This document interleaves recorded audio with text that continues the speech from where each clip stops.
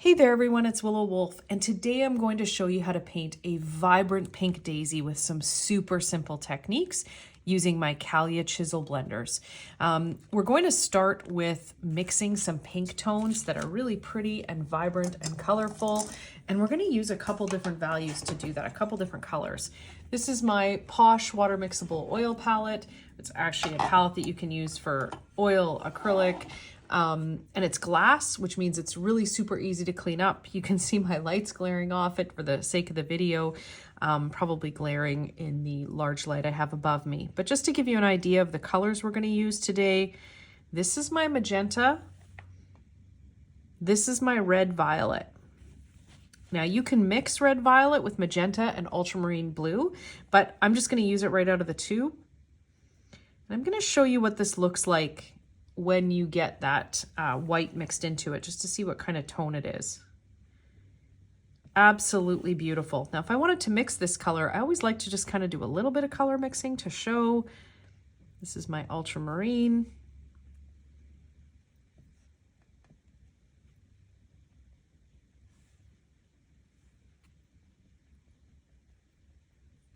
You get something really, really close. But if you want to use red violet out of the tube, it's a color I use all the time. Magenta is a color I use all the time. For today, what we're going to be doing is using the two of them mixed together. That's going to be my dark value. My medium value is going to be the two of them mixed together, plus some white. Might want a little bit more of this tone in there. And my highlight value is going to be more white. So to get any object to look like it's got dimension and form, we often work with a light, a medium, and a dark. 3 values means 3-dimensional appearance. So we want a minimum of 3 values between the two. And a chisel blender is a short, flat brush. It's really cool because it does a couple of really amazing techniques.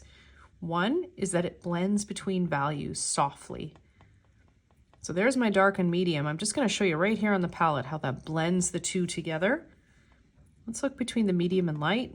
You can see how it's softening that transition where 2 values meet and leaving a really soft touch. The other thing a chisel blender does is it chisel blends. So if I wanted to see the striations in those 2 values, I would wiggle where they meet or drag, and I would get little soft striations showing through.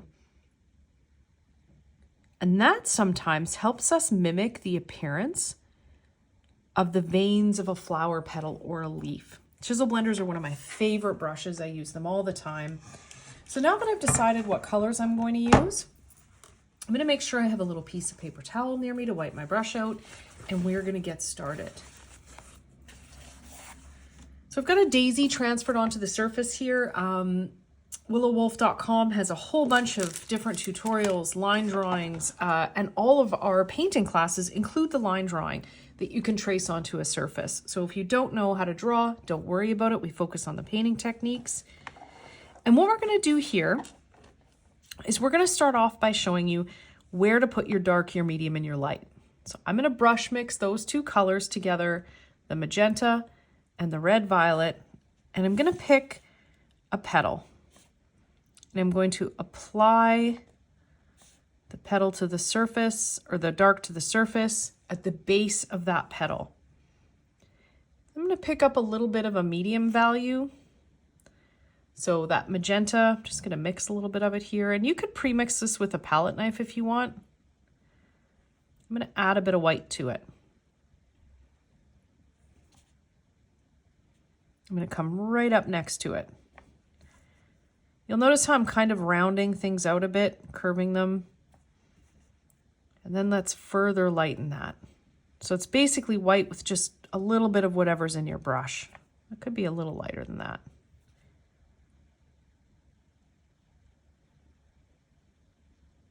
Three values there. I'm going to wipe the brush between the folds of the paper towel. Half the brush on one color, half on the other. And I'm going to wiggle where the 2 colors meet.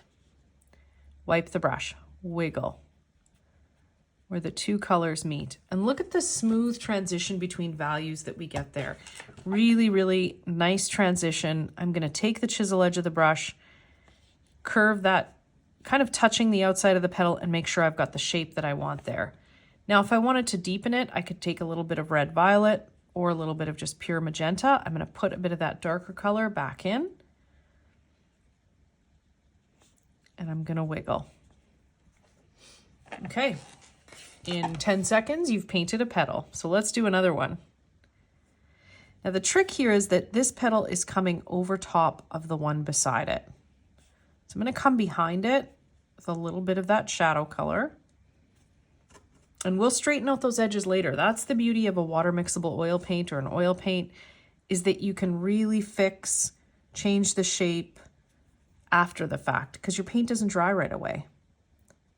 Let's move to a lighter value.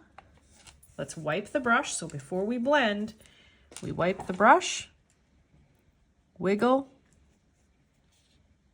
and let's wiggle here. Now, what do we do with this edge here? I want to darken it first. I'm gonna wiggle that back into the color around it.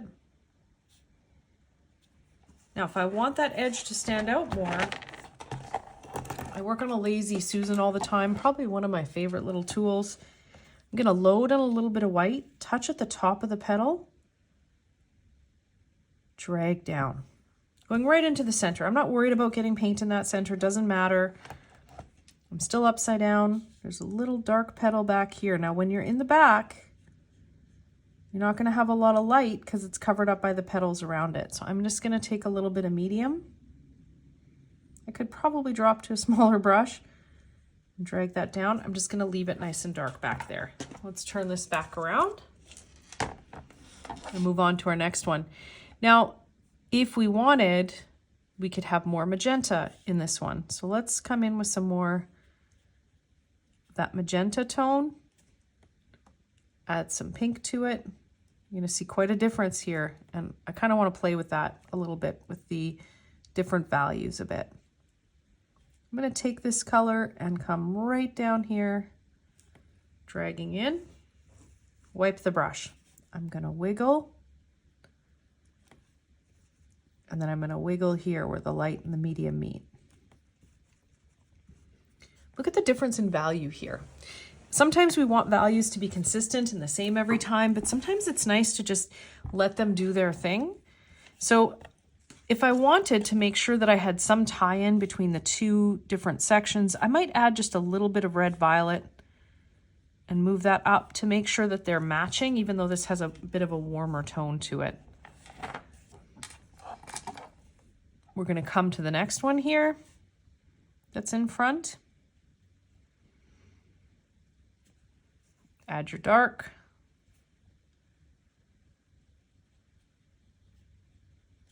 Add your medium.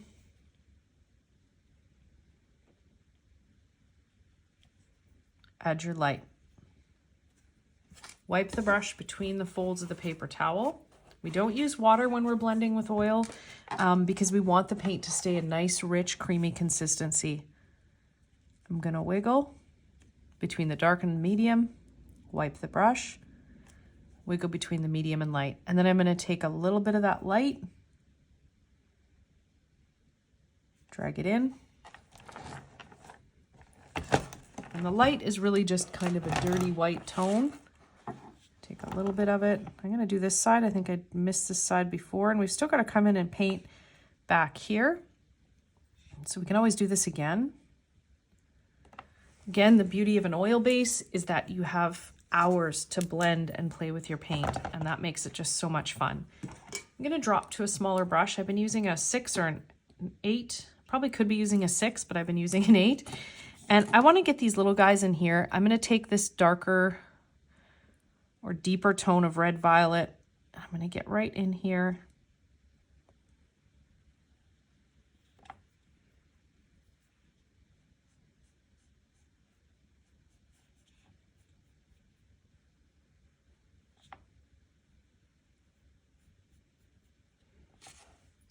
Now, I want there to be some variation in color, so I'm going to take a little bit of white.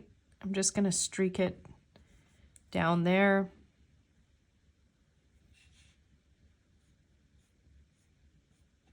just to add a hint of other color. Got a little petal back here. You could paint this in any color. So if you just think about, you need 3 values, a dark, a medium, and light.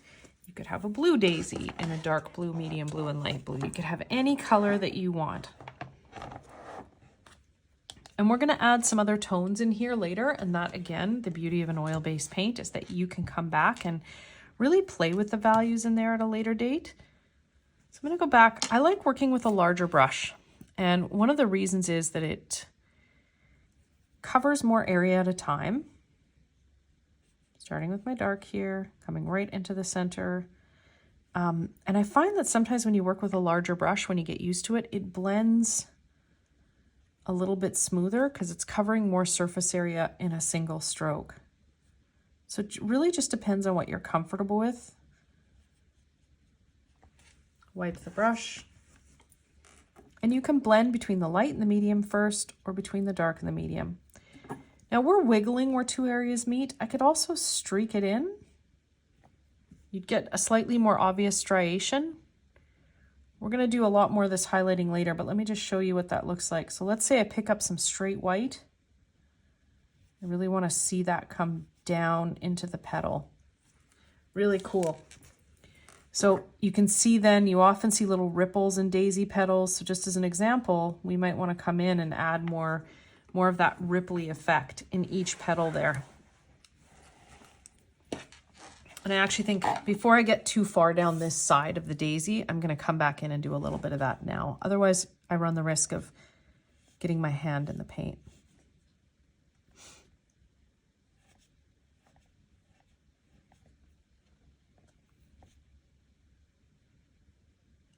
Doesn't have to go all the way down. I can just go down a little bit.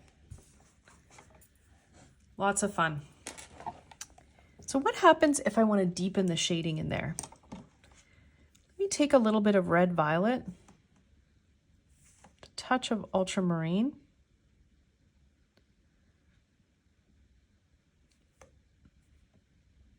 or I can take magenta, either one with a bit of ultramarine. I'm gonna sink that down into the bottom just a little bit more. I've got a little gap here showing. I really want to make sure that gets filled in. I'm barely adding any. I'm going to come back in here with my magenta and red violet mix.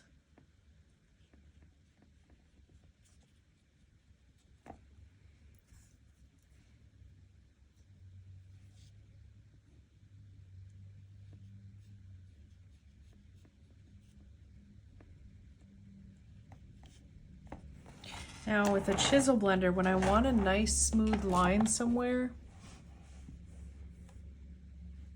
you really want to make sure that we come from inside the object that we're painting. So by inside, my brush is sitting in here and I'm kind of pushing at the outer edge here. And while I'm here, I can just take a little bit of that white, pull it down so I see some of that variety.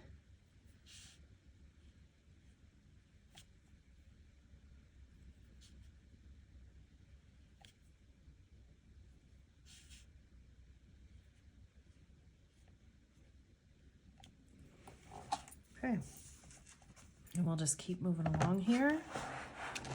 Now you're welcome to continue to watch the video as I go, or you can skip ahead to the center if you want, whichever you want to do. The great thing with painting daisies with repetitive petals is that you really get the opportunity to just kind of relax and go with the motion of it because they're consistent throughout.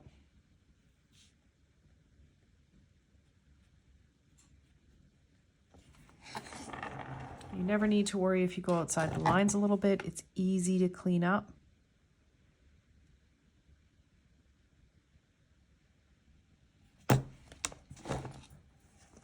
Make sure you keep your paper towel clean. so that you're not getting your hand on it. I'm going to wiggle.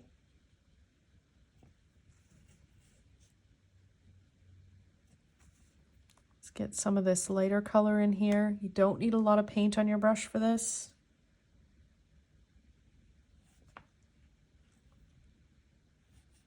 This project here does not focus a lot on your light sources.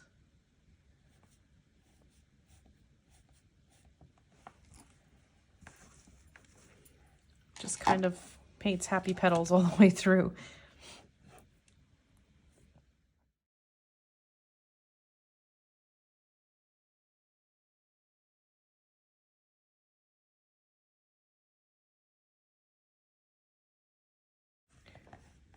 When we work on the center of the daisy, once we've got the outside built in, what we're going to do is take a little bit of a yellow light tone and block that center right in. And it's going to touch the pinks that have run into it, that have run into the center, and that's good. We want that kind of, it's already making a really pretty orange color. And sometimes just by swirling around in here, we'll get this really nice effect without even really having to try to shade, although we will add some shading. So what I have here is built-in shading in these areas, and I kind of want the light to actually be here, so I might flip that a little bit. So here's how we're going to control that. I'm going to take some red medium. I want an orangey tone, and I'm going to just tap it. I'm still using my chisel blender onto the left side there, and then I'm going to take a really heavy bunch of yellow light, and I'm going to place it in this center area.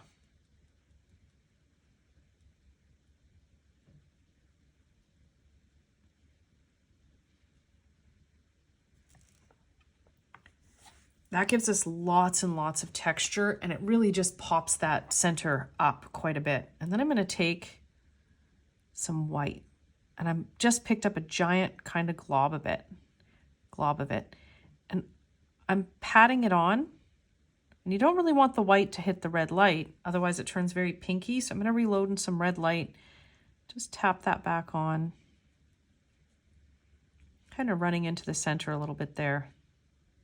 Now, to connect the center to the outside edges, this is where we're going to use a small round or the liner brush from our set.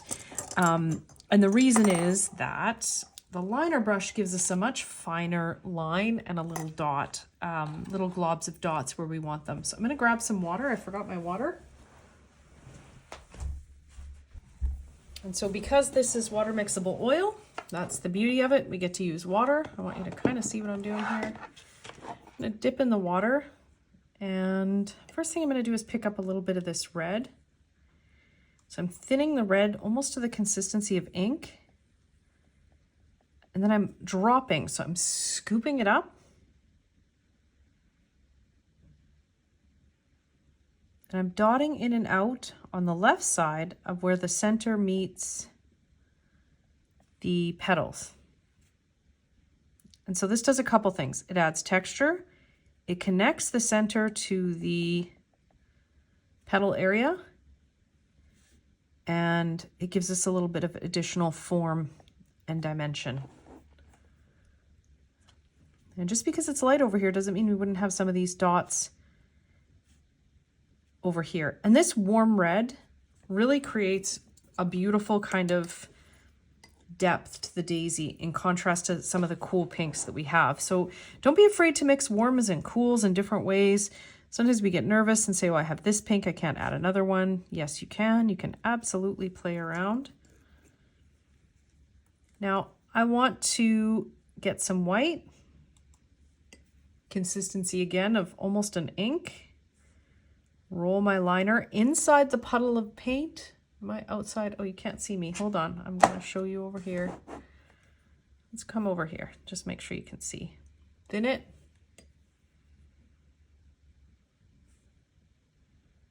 Scoop it up. So almost the consistency of ink. And so when it's thin, sometimes it has trouble sticking in an oil base to the thicker areas, which means we have to kind of let it drop. Or you could wait till this is dry and add these dots later, but I like to add them now because I'm not patient.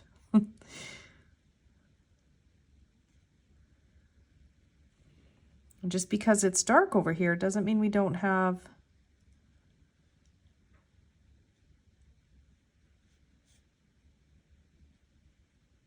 some little sprinkles of white dots. Sometimes I get lost and forget to finish what I was saying.